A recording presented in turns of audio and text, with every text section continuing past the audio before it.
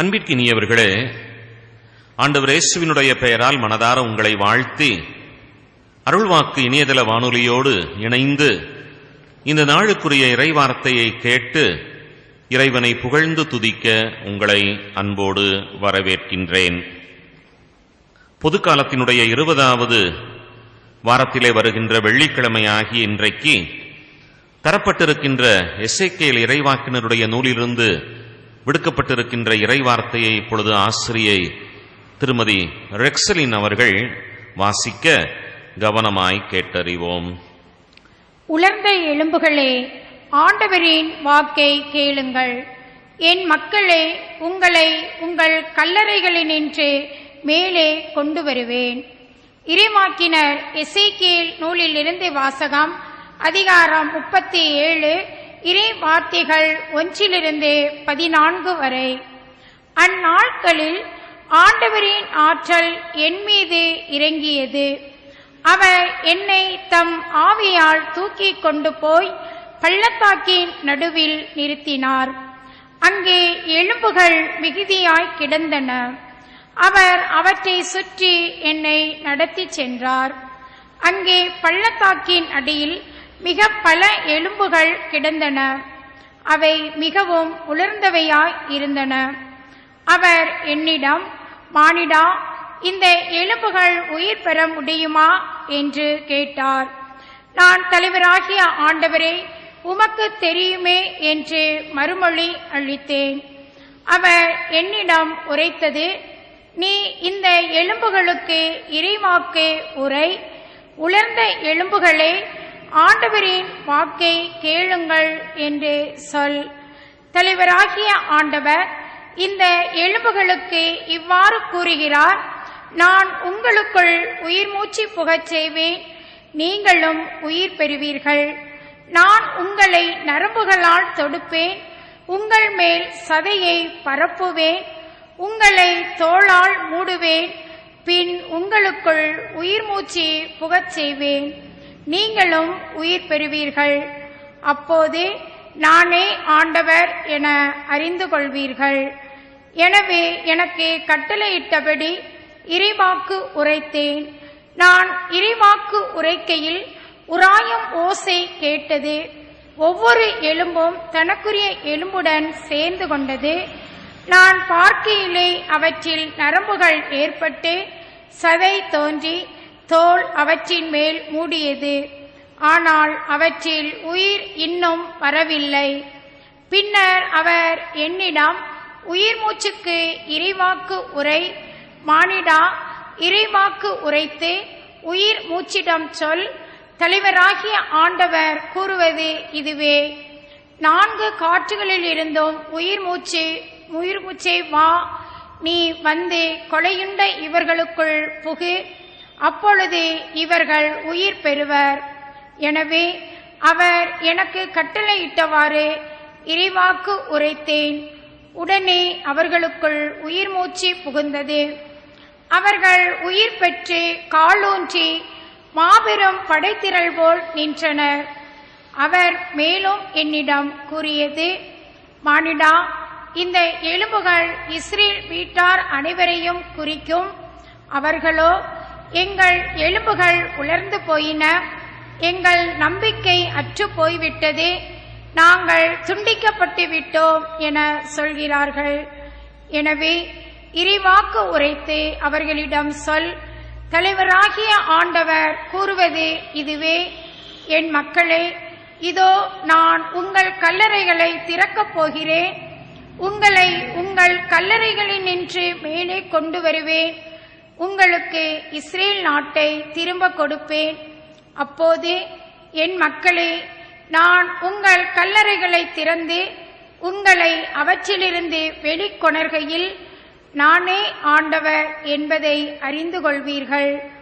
என் ஆவியை உங்கள் மீது பொழிவேன், நீங்களும் உயிர் பெறுவீர்கள். நானும் உங்களை உங்கள் சொந்த நாட்டில் குடி அமர்த்துவேன். ஆண்டவராகிய நான் உரைத்தேன், நானே இதை செய்தேன் என அப்போதே அறிந்து கொள்வீர்கள் என்கிறார் தலைவராகிய ஆண்டவர். ஆண்டவரின் அருள்வாக்கு. இறைவனுக்கு நன்றி. அன்பிற்கினியவர்களே, இந்த நாளுக்குரிய பதிலுரை பாடலானது தாவீதரசரது திருப்பாடல் 107 நமக்கு தரப்பட்டிருக்கிறது. செல்வன் ஜோ அவர்களோடு சேர்ந்து இதனை சொல்லி ஆண்டவருக்கு நன்றி சொல்லுவோம். திருப்பாடல் 107. ஆண்டவருக்கு நன்றி செலுத்துங்கள், ஏனெனில் அவர் நல்லவர், என்றென்றும் உள்ளது அவரது பேரன்பு. ஆண்டவருக்கு நன்றி செலுத்துங்கள், ஏனெனில் அவர் நல்லவர், என்றென்றும் உள்ளது அவரது பேரன்பு. ஆண்டவரால் மீட்படைந்தோர், எதிரியின் கையினின்று அவரால் மீட்கப்பட்டோர், கிழக்கினின்றும் மேற்கினின்றும் வடக்கினின்றும் தெற்கினின்றும் பல நாடுகளினின்றும் ஒன்று சேர்க்கப்பட்டோர் சொல்வார்கள் ஆக. ஆண்டவருக்கு நன்றி செலுத்துங்கள், ஏனெனில் அவர் நல்லவர், என்றென்றும் உள்ளது அவரது பேரன்பு. பாலை நிலத்தில் பால் வெளியில் சிலர் அலைந்து திரிந்தனர். குடியிருக்குமாறு ஒரு நகருக்கு செல்ல அவர்கள் வழி காணவில்லை. பசியுற்றனர், தாகமுற்றனர், மன சோர்வுற்று களைத்து போயினர். ஆண்டவருக்கு நன்றி செலுத்துங்கள், ஏனெனில் அவர் நல்லவர், என்றென்றும் உள்ளது அவரது பேரன்பு. தம் நெருக்கடியில் ஆண்டவரை கூவி அழைத்தனர். அவர்களுக்குற்ற துன்பங்களிலிருந்து அவர்களை அவர் விடுவித்தார். நேரிய பாதையில் அவர்களை வழிநடத்தினார். குடியிருக்கும் நகரை அவர்கள் அடையச் செய்தார். ஆண்டவருக்கு நன்றி செலுத்துங்கள், ஏனெனில் அவர் நல்லவர், என்றென்றும் உள்ளது அவரது பேரன்பு. ஆண்டவரின் பேரன்பை முன்னிட்டு, மானிடர்களுக்காக அவர் செய்த வியத்தகு செயல்களை முன்னிட்டு அவர்கள் அவருக்கு நன்றி செலுத்துவார்களாக. ஏனெனில் தாகமுற்றோருக்கு அவர் நிறைவளித்தார், பசியுற்றோரை நன்மையால் நிரப்பினார். ஆண்டவருக்கு நன்றி செலுத்துங்கள், ஏனெனில் அவர் நல்லவர், என்றென்றும் உள்ளது அவரது பேரன்பு. ஆண்டவருக்கு நன்றி செலுத்துங்கள், ஏனெனில் அவர் நல்லவர், என்றென்றும் உள்ளது அவரது பேரன்பு. ஆண்டவரே, உம் வழிகளை எனக்கு கற்பித்தருளும், உமது உண்மை நெறியில் என்னை நடத்தி எனக்கு கற்பித்தருளும். அல்லேலூயா. அல்லேலூயா. ஆண்டவரின் நற்செய்தியை தகுந்த விதத்தில் எடுத்துச் சொல்ல என் உள்ளத்தையும் முதட்டையும் தூய்மையாக்கும். ஆண்டவர் உங்களோடு இருப்பாராக, உம் ஆன்மாவோடும் இருப்பாராக. புனித மத்தேயு எழுதிய பரிசுத்த நற்செய்தியிலிருந்து வாசகம். ஆண்டவரே, மாட்சி உமக்கே. மத்தேயு நற்செய்தி 22வது பிரிவு வார்த்தைகள் 34 40 முடிய. அக்காலத்தில் இயேசு சதுசேயரை வாயடைக்கச் செய்தார் என்பதை கேள்விப்பட்ட பரிசேயரோ ஒன்று கூடி அவரிடம் வந்தனர். அவர்களிடையே இருந்த திருச்சட்ட அறிஞர் ஒருவர் அவரை சோதிக்கும் நோக்கத்தோடு, போதகரே, திருச்சட்ட நூலிலே தலைச்சிறந்த கட்டளை எது என்று கேட்டார்.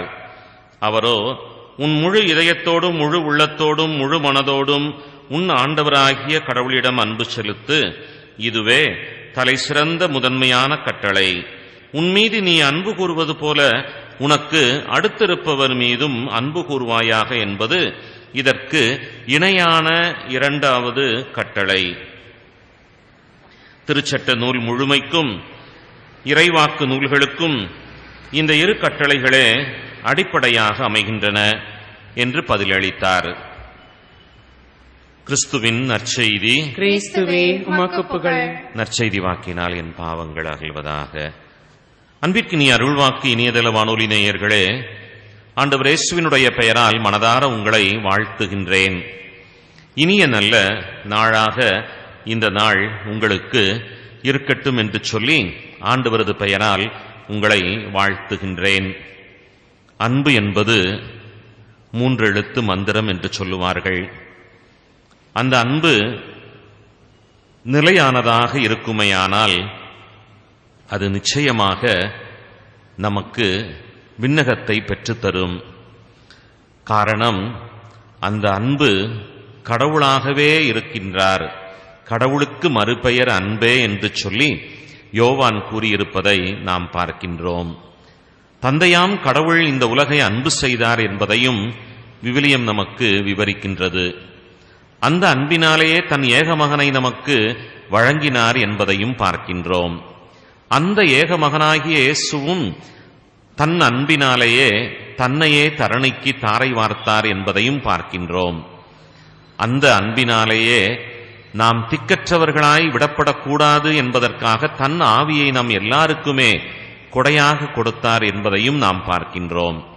அன்பு என்பது கடவுள்தான். கடவுள்தான் அன்பு. அந்த அன்பு இன்றைக்கு நம் உள்ளங்களிலே பொழியப்பட்டிருக்கிறது என்பதுதான் நாம் அறிய வேண்டிய ஒரு உண்மையாகவும் இருக்கின்றது. அந்த அன்பு சில நேரங்களிலே மனித தன்மையோடு கூடியதாய் இருந்து போகுமேயானால் அந்த மனித அன்பு நிலையற்றதாய் மாறி போய்விடுகின்றது. காரணம், தாயை நேசிக்கின்ற அந்த அன்பு சில நேரங்களிலே தனக்கு வந்த துணைவியின் அன்பினால் அது தாய் அன்பை தூர விரட்டி விடுகின்றது.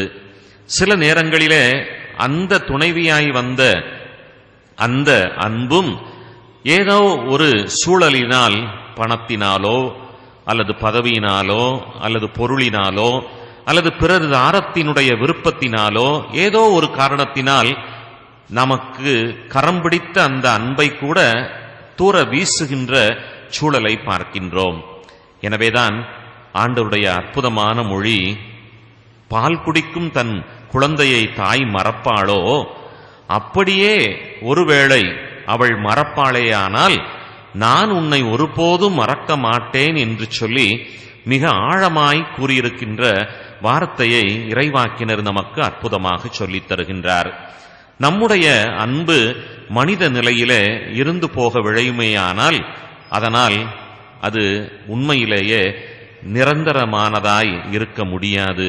மாறாக அந்த மனித அன்பையும் கடந்து கடவுள் அன்பாய் நம் உள்ளம் மிகுந்திருக்கும் போதுதான் நாம் உண்மையிலேயே முழு மனிதர்களாய் மாறுவோம் என்பது இயல்பு. நம்முடைய அன்பை நாம் அறிய பார்ப்போம், சோதித்தறிவோம். அந்த அன்பை கடவுளுக்கு உகந்த அன்பாக, கடவுளினுடைய அன்பாகவே அதை மாற்றிட நாம் முற்படுவோம். ஆண்டவர் இயேசுவை அதன் வழியாக நாம் உலகுக்கு பறைசாற்றுவோம். அன்பு எங்கு உள்ளதோ அங்கு இறைவன் இருக்கின்றார். ஆமென்.